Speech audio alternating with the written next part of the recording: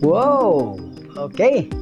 Alam ko na kung nandito ka sa video na to. Gusto mong malaman kung paano ilagay ang mga plugins dito kay Audacity. Tara, pag-usapan natin. Okay, dito sa window, ang ilalagay natin is free plugin na TDR Nova. Search lang natin dito sa Google. Okay, TDR Nova. Okay, so libre po siya na plugin guys, no?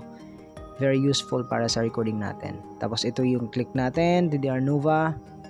Click natin yan. Tapos dito sa dashboard, may nakalagay dito na free download. So window installer, meron tayong tatlong pagpipilian guys. Pwedeng Mac, ayan. But choose natin yung pinakauna, then click download and agree. Ayan, so mapapapa siya habang nagda-download. Antayin lang natin hanggang sa mag-download siya. And of course, pagkatapos mag-download, kung kompleto na siya, click lang natin yan. Ayan, tapos open natin to, ayan, open.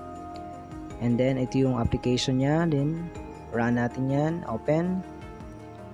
Okay, next lang tayo ng next dito. Next. Tapos next again. Yan, check lang natin yung folder. Next.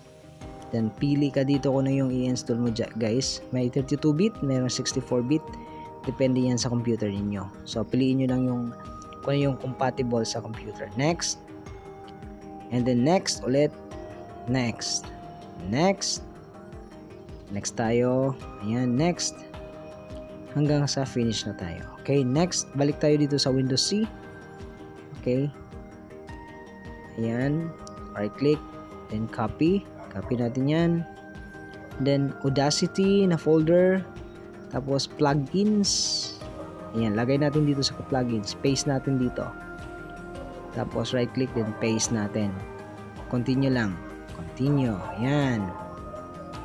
Okay, dito na siya sa plugins ng Audacity. So close natin to.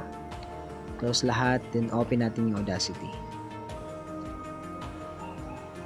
Dito mapapansin natin na habang nag-open yung Audacity is makikita niya yung plugins na ating nilagay. Ayan. So, dito yan. Puntahan natin to dito sa effects. Ayan, may effects dito. Then, manager. Ayan. Sa pinakababaan din na siya, TDR Nova. Okay, pero bago i-check natin yan kung okay ba siya, check natin lahat. So, kapag ito na siya. TDR Nova, naka-enable. So, kapag naka-disable to, pwede lang, walang problema, click mo lang tapos enable. Okay, click mo lang dito. Hanapin natin, TDR Nova. Ayan, naka-enable po siya. If ever naka-disable po yan, enable lang natin. Click, then click OK. Ayan.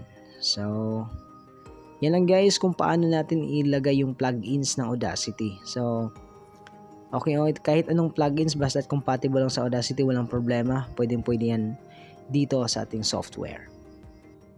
Ayan, so hopefully meron kayong natutunan sa ating video ngayon. Umpisahan mo na ang recording.